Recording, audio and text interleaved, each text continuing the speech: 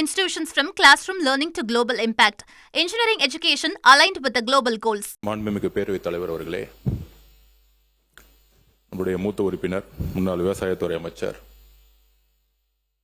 விவசாயத்துறை அமைச்சராக இருந்தனால அவருடைய துறை சார்ந்த விஷயங்கள் தெரியும், நாங்கள் ஒத்துக்கொள்கிறோம். முதல்ல ஒரு ஒப்பீடுங்கிறது 5 வருஷமா ஆட்சியில் இருந்திருக்காங்க, நம்ம 3 மாசமா இருக்கிறோம். இந்த ஒப்பீடுங்கிறதே நான் தவறுன்னு சொல்ல விரும்பல, நியாயமானு கேட்கிறேன். நம்பர் 1. 2 கேள்விதான் கேட்கிறேன் விவசாயத்துறை அமைச்சரை பார்த்து. 200 உங்களை பார்த்து தான் பேசணும். முன்னாள் அமைச்சர் முன்னாள் அமைச்சர் 200 தொகுதிகளில் வெல்வோம், நாங்கள் தான் அடுத்த ஆட்சி அமைப்போம்ங்கிறதை உறுதியாக திராவிட முன்னேற்ற கழகம் நம்பியது. அதுல மாற்று கருத்து இருக்காதுன்னு திராவிட முன்னேற்ற கழகத்தில் இருக்கக்கூடிய சட்டமன்ற உறுப்பினர்கிட்ட நான் பதிவு பண்றேன். ஆனால் எங்களுடைய முதலமைச்சர் அவர் ஒரு விவசாயி சொன்னாரு அப்படின்னு 3 முறை பதிவு பண்ணாரு. அவருடைய முதல் பிரச்சாரம் காலடி பட்டது பரந்தூர் ஒரு விவசாயிகளுக்கு உதவியாக இருப்பதற்காக. அப்பொழுதே சொன்னார், என்னுடைய வாழ்க்கை விவசாயிகளுக்காக இருக்கும். அப்படி சொன்ன எங்களுடைய மேனிபெஸ்டோல நாங்கள் சொன்னோம் விவசாய கடன் தள்ளுபடின்னு. அதை முயற்சியாக எடுத்து 5932 கோடி ரூபாயை தள்ளுபடி செய்திருக்கிறார். ஆனால் 200 தொகுதியின் வெல்வோம் சொன்ன திமுக தன்னுடைய தேர்தல் அறிக்கையில விவசாய கடன் தள்ளுபடி பேசவே இல்லை. அது அவரே ஒத்துக்கிட்டார். நாங்க அண்ணனே ஒத்துக்கிட்டார். அண்ணனே MRK பன்னீர்செல்வம் அண்ணனே ஒத்துக்கிட்டார். நாங்க விவசாய கடன் தள்ளுபடி பத்தி பேசவே இல்லை. விவசாய கடன் பத்தி ஏன் பேசல? அப்ப விவசாயிகளுக்கு கடன் இருக்குமா இல்லையாங்கிறது முன்னாள் விவசாயத்துறை அமைச்சருக்கு தெரியாதா? அப்பொழுது உங்களுக்கு அந்த எண்ணமே முதல் கிடையாது. நீங்கள் ஆட்சியில் ஒருவேளை வந்திருந்தாலும் அந்த எண்ணம் உங்களுக்கு கிடையாது. ஆனால் அந்த எண்ணம் எங்க தலைவருக்கு இருந்திருக்கு. ஒன்னே ஒன்னு இந்த அவையில பதிவு பண்றேன், அவர் சொல்லல செயல்படக்கூடியவர் எங்கள் தலைவர். சொன்னால் செய்வார். நம்பர் 1. நம்பர் 2, இந்த அறிவிப்பை இப்பொழுது வரலாற்று ரீதியான ஒரு அறிவிப்பை கொடுத்தார். சன்னர் நகர் நெல்லுக்கு 2750 ரூபாய், 2600. உங்களை மாதிரி எங்களுக்கு கமெண்ட் பண்ண தெரியும்.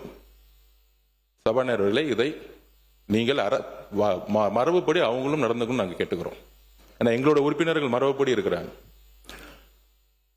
கரும்புக்கு 4000 ரூபாய் கொடுக்கிறோம்.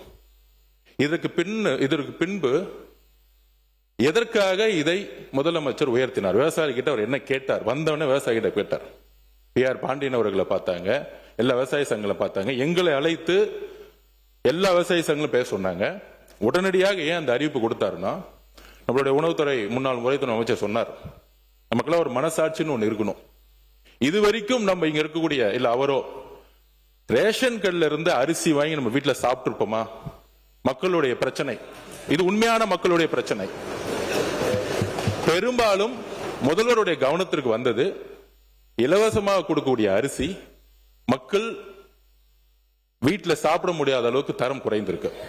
அதற்கு உடனடியாக முதலமைச்சர் சொன்னார், உடனடியாக 2750 சன்னரக நெல்லுக்கு விலை ஏற்றுவோம்.